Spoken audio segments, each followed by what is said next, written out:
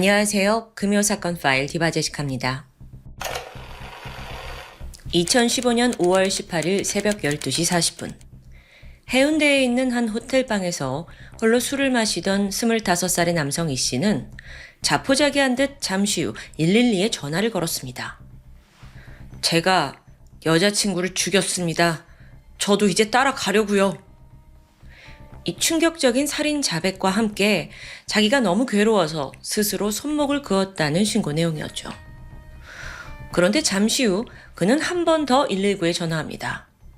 저 다쳤어요. 이러다 죽으니까 빨리 오라고요. 이때 접수자도 직감을 했죠. 이 사람이 진짜 죽을 생각은 아니구나. 그냥 좀 죄책감에 휩싸인 모습을 보여주기 위한 쇼에 불과했습니다.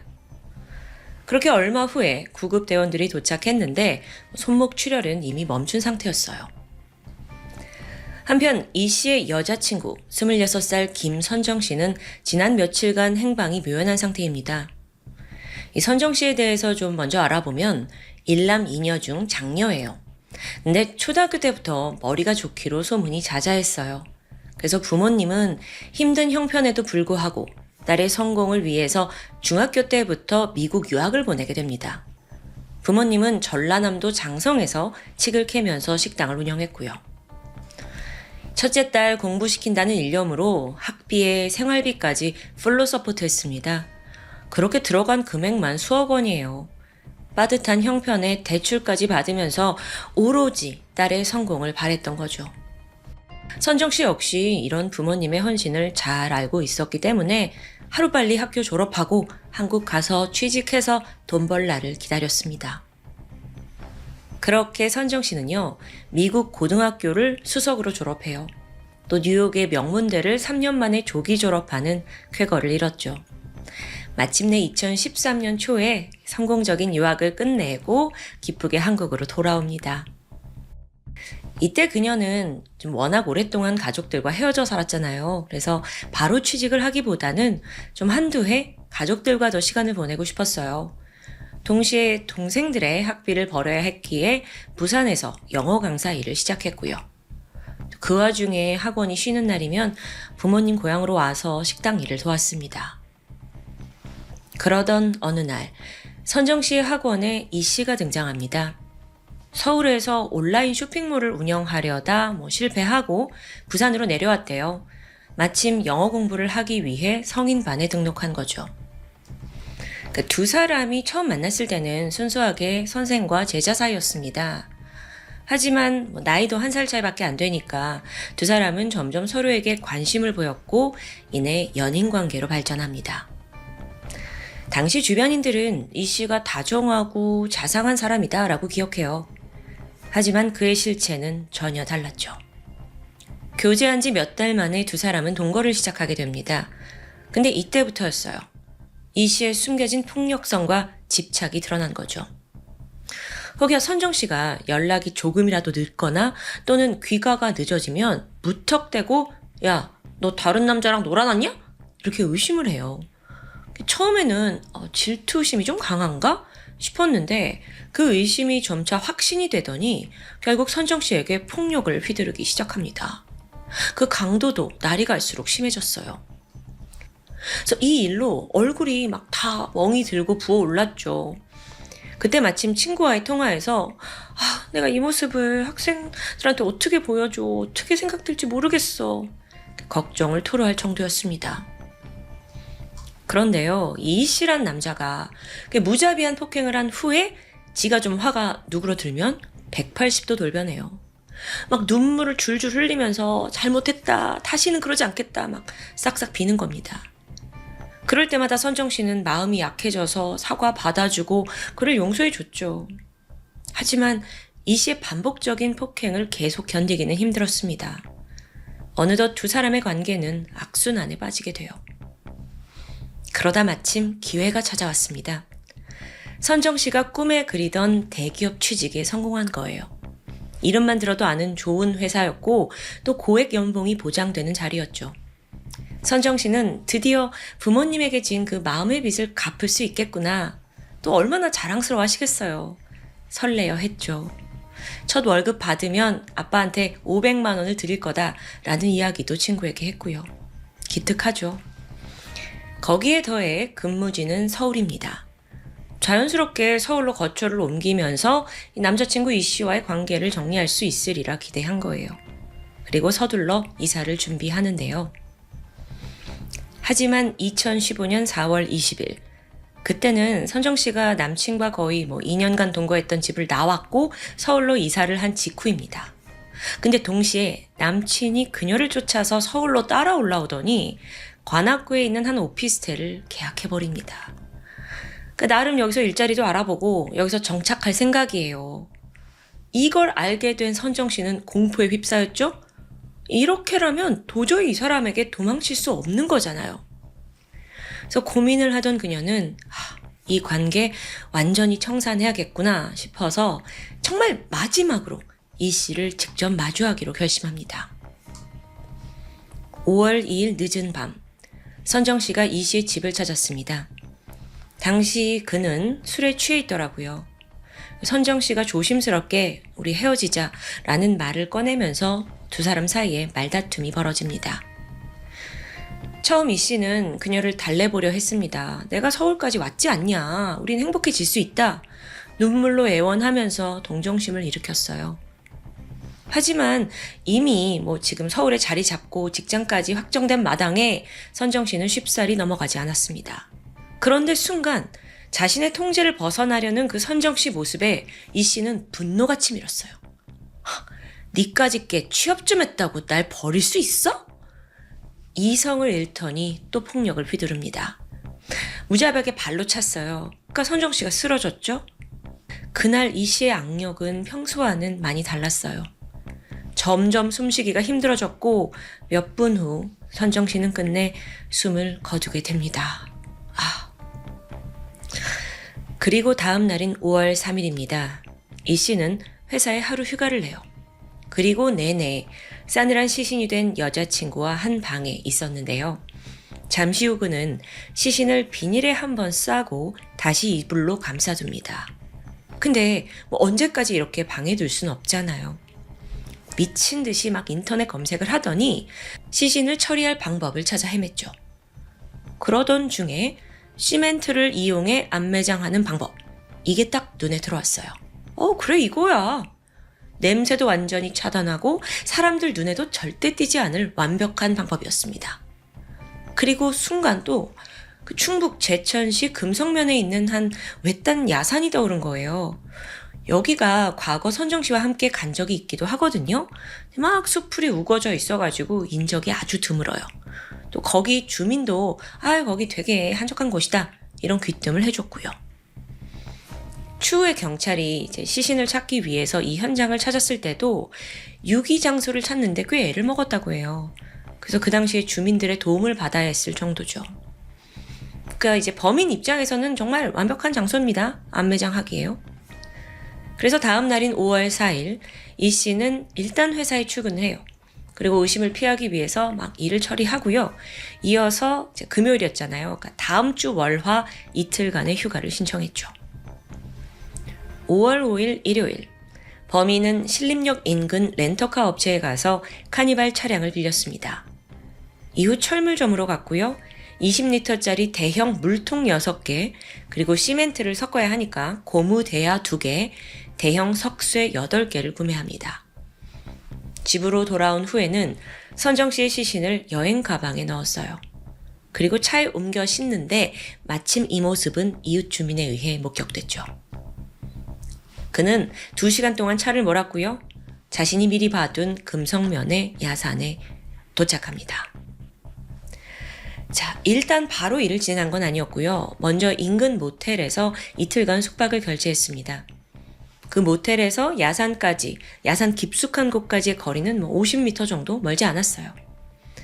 이 씨는 40kg짜리 시멘트를 어깨에 이고 걸어서 이동합니다. 그리고 이틀에 거쳐서 거의 무릎까지 오는 1m 깊이의 구덩이를 파요. 그런데 그의 계획은 굉장히 구체적이었죠. 이 구덩이를 더 견고하게 만들기 위해서 벽면에 다 시멘트를 바르게 됩니다. 5월 7일 화요일, 이 씨는 이 유기장소를 만드는 모든 작업을 끝냈고요. 드디어 마지막으로 여행 가방을 끌고 산으로 올라갑니다. 우선 가방을 구덩이에 밀어 넣은 후에 다시 시멘트로 그 위를 꼼꼼히 덮었고 마지막 흙을 덮습니다. 아니 그랬더니 정말 모든 게 감쪽 같았어요. 누가 저 밑에 시신이 있다고 믿겠냐고요. 그러면서 잠깐의 안도감이 몰려왔죠. 근데 이후 그가 보인 행동은 다소 기이했습니다. 준비해온 소주를 꺼내더니 마치 제사를 지내듯이 막 이렇게 유기장소에 뿌려요. 이런 행동에 대해서 전문가는 혹여 범행이 발각될 시 자신은 이런 행동을 했다, 동정심을 유발하기 위한 심리적 계산이 아니었냐라고 분석하기도 합니다. 어쨌든 안매장을 끝냈고 그는 수원과 용인 쪽으로 이동해요. 뭘 처리해야 했냐면 그 범행에 사용한 삽, 고무 대야 다 여기저기에 버린 거죠. 치밀하게 범행의 흔적을 지워나간 겁니다. 그리고는 경찰의 수사를 따돌려야 하잖아요. 지금 선정 씨가 실종된 상태일 테니까 바로 잠적해버려요.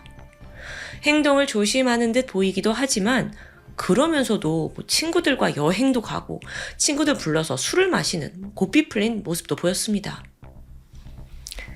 한편 선정 씨가 사라졌다는 사실을 최대한 감춰야 해요. 그래서 이 씨가 그녀의 핸드폰을 가지고 선정 씨인 척 가족들에게 막 문자를 보냅니다. 아이러니하게도 그가 처음 선정 씨 아버지에게 문자를 보낸 건 5월 8일 어버이날이었어요. 사실 그는 선정 씨 말투를 너무 잘 알고 있습니다. 자주 사용하는 이모티콘까지요. 그래서 문자는 순조로웠죠. 약 50차례가량 문자를 주고받았지만 아버지도 의심을 하지 못했다고 해요.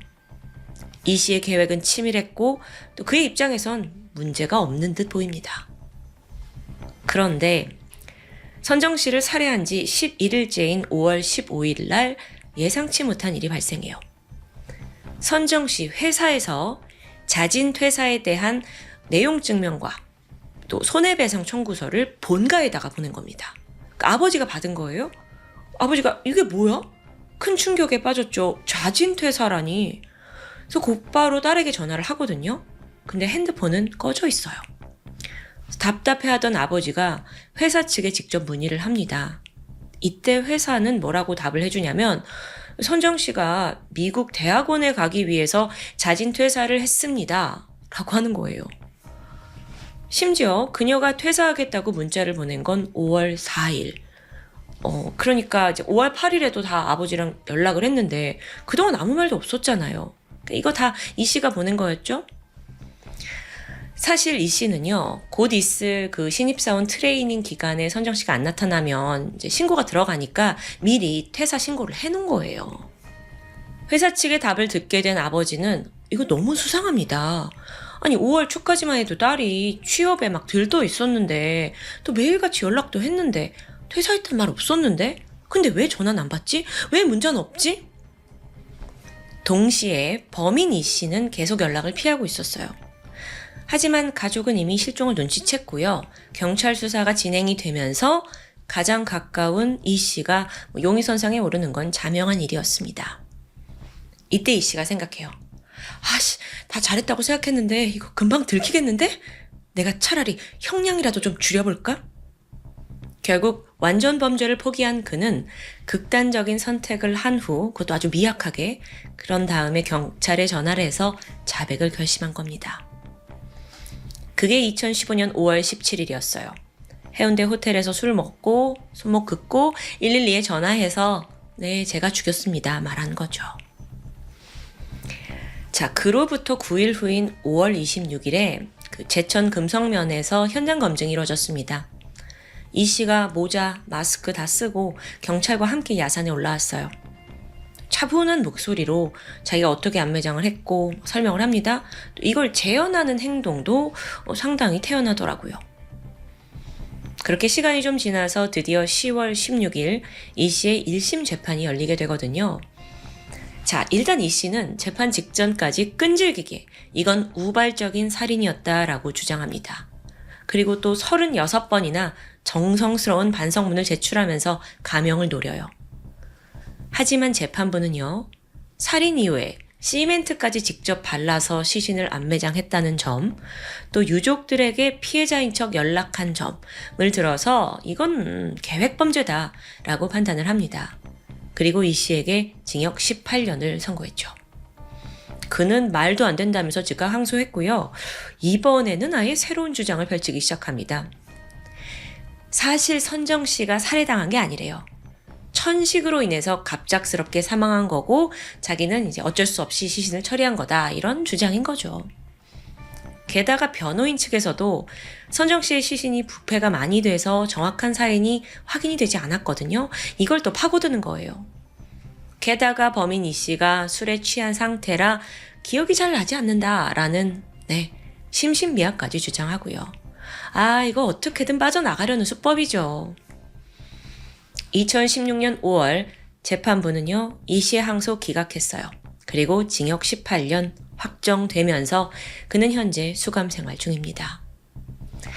근데 이 작자가 지금까지도 자기 범행을 전혀 반성하지 않고 있다고 해요. 그래서 피해자의 어머니가 한 번은 수감 중인 이 씨를 찾아간 적이 있거든요. 근데 그 어머니를 막 죽일 듯이 노려보면서 분노를 표했다고 해요. 지가 뭘 잘했다고 이러죠? 이렇게 마무리가 된 후 선정 씨의 동생이 SNS에 글을 올립니다. 시멘트 안매장이라는 이 고통스러운 타이틀로 자신의 누나는 세상을 떠났지만 비슷한 피해자가 나오지 않기를 바란다 라는 입장이었습니다. 그렇다면 여러분, 우리는 이 사건을 통해 무엇을 깨달아야 할까요? 제 개인적인 생각이지만 남편 혹은 남자친구의 폭언과 폭력에 나중에 나 사랑하니까 그랬다 용서해달라 이런 일 절대 없어야 하지 않을까요? 2015년에 이 사건이 벌어졌습니다. 그런데 이후에도 비슷한 살인사건이 줄을 잇고 있어요. 어쩌면 경찰도 믿기 힘든 이 험한 세상에서 소중한 자신을 지켜야 할 건 오직 나뿐이라는 교훈을 모두가 마음에 잘 새겼으면 합니다. 지금까지 금요사건 파일 디바제시카였습니다.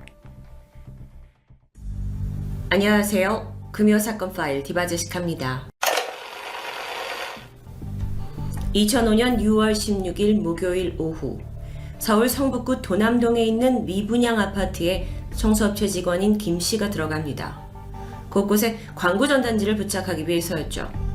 특히 그날은 전달받은 지시가 하나 있었는데 관리사무실에서 전단지를 떼어낼 수 있으니 아파트 안이나 붙박이장 그리고 화장실 안쪽까지 여러 개를 잘 붙여놓으라는 사장의 요구였습니다.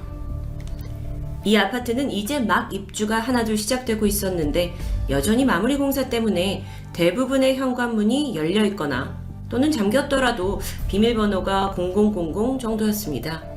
김 씨는 순조롭게 내부로 들어가 배포 작업을 할 수 있었죠. 그렇게 어느덧 6층에 도착합니다. 그리고 순간 고약한 악취가 코를 찔렀는데요.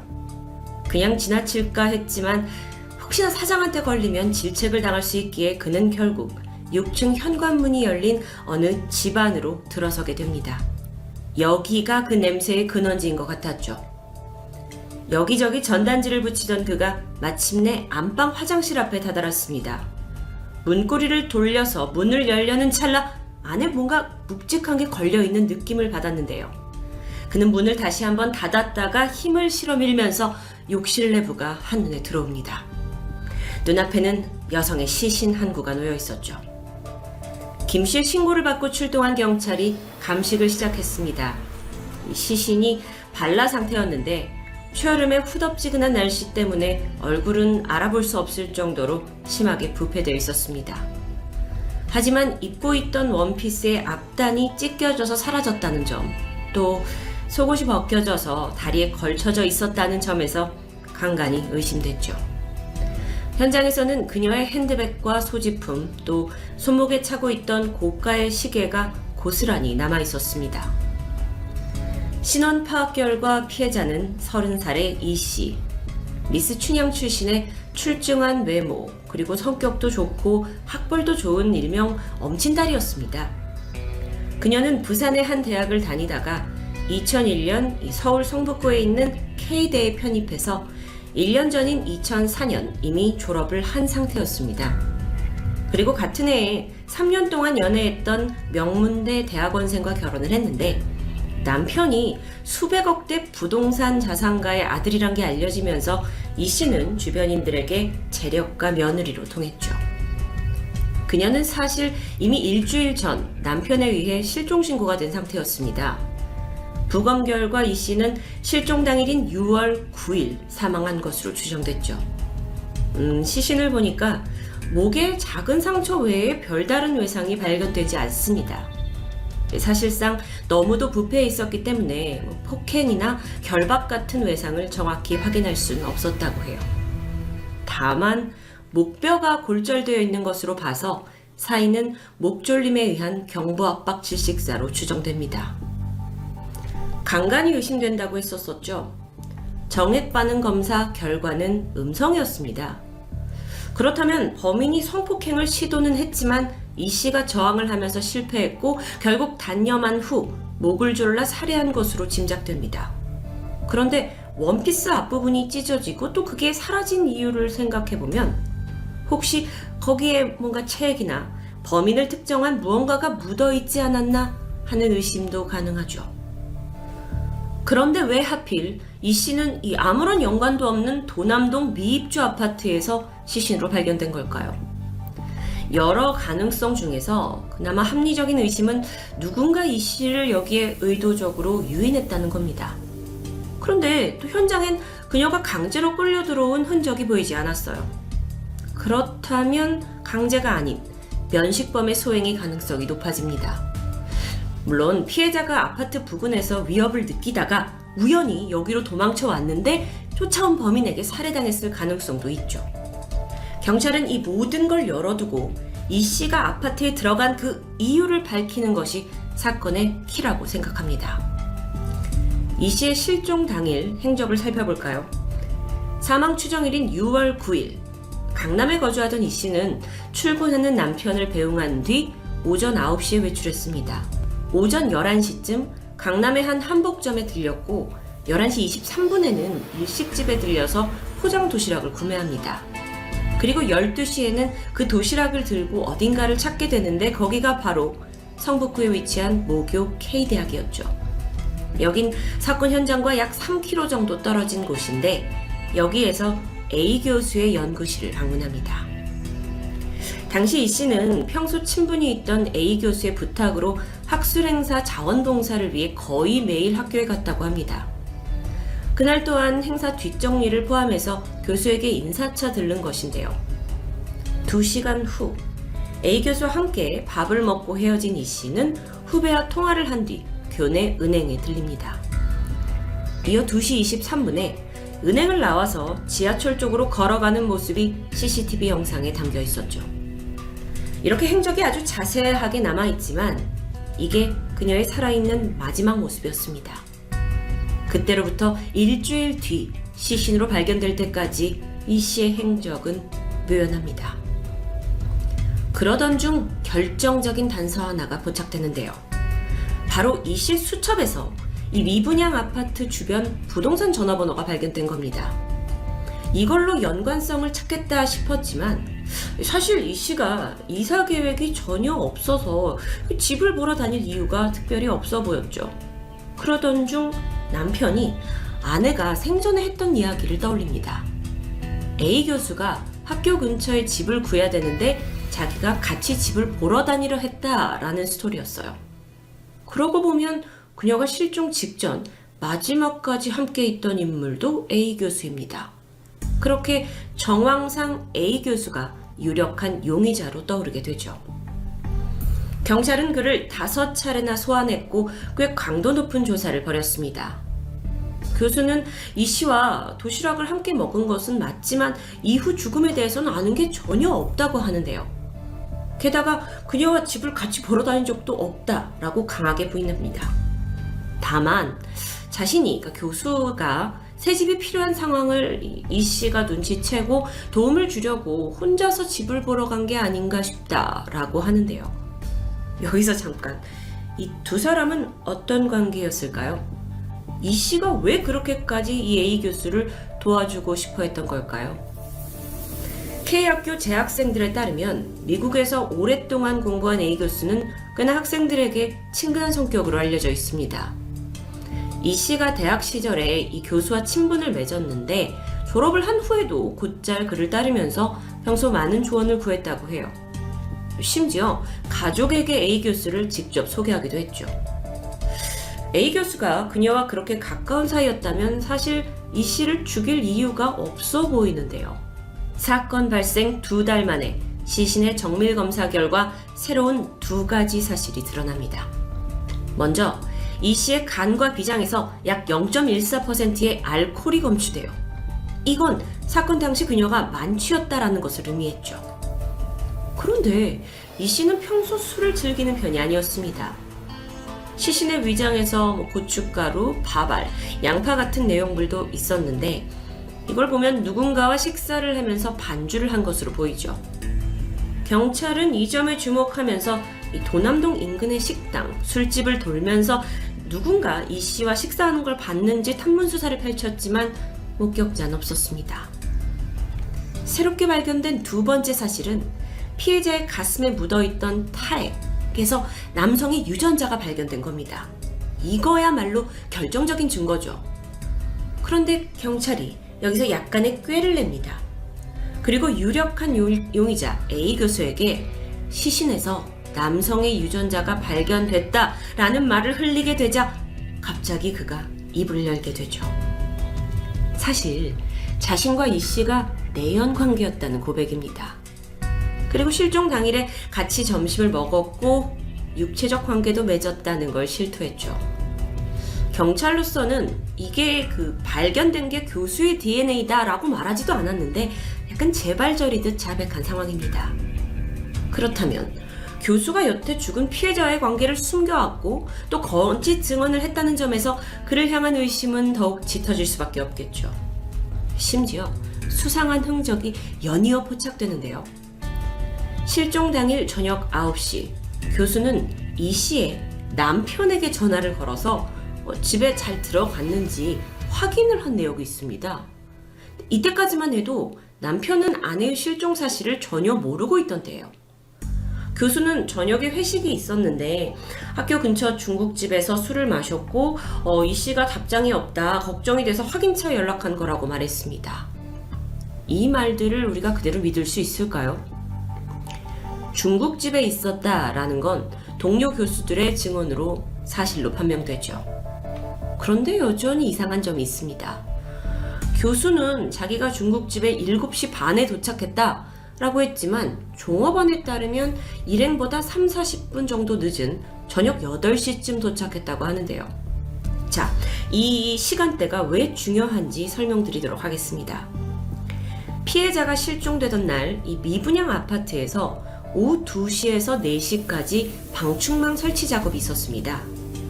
그 말인즉슨 그때까지만 해도 이 씨는 이 아파트 현장에 없었던 거죠.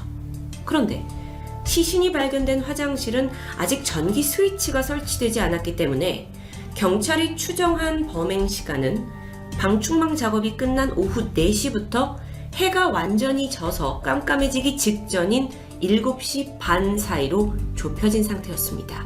그런데 교수가 중국집에 도착한 시각은 7시 반에서 8시 사이? 그의 말의 진실 여부를 떠나서 이 빈 시간이 범행 시간과 어딘가 맞닿아 있는 것 같죠. 그런데 여러분 잊지 않으셨죠? 경찰은 가장 강력한 증거인 DNA를 가지고 있었습니다. 이게 대조 결과가 맞기만 한다면 사실 사건은 금방 해결될 수 있었죠. 하지만 결과는 충격적이었습니다. A 교수의 DNA와 이 씨의 가슴에서 나온 DNA가 일치하지 않는 겁니다. 여태껏 그를 용의자로 몰았던 건 사실 내연 관계이기도 했고 거짓 증언을 하기도 했고 또 알리바이도 석연치 않았고 근데 이게 정황이었을 뿐 살해 증거는 없었던 겁니다. 이후에 경찰이 피해자 주변의 남성 400명을 대상으로 대대적인 유전자 감식을 하긴 했지만 일치하는 사람이 나오지 않았죠. 이런 상황 속에서 A 교수가 뜻밖의 증거물을 가지고 나타납니다.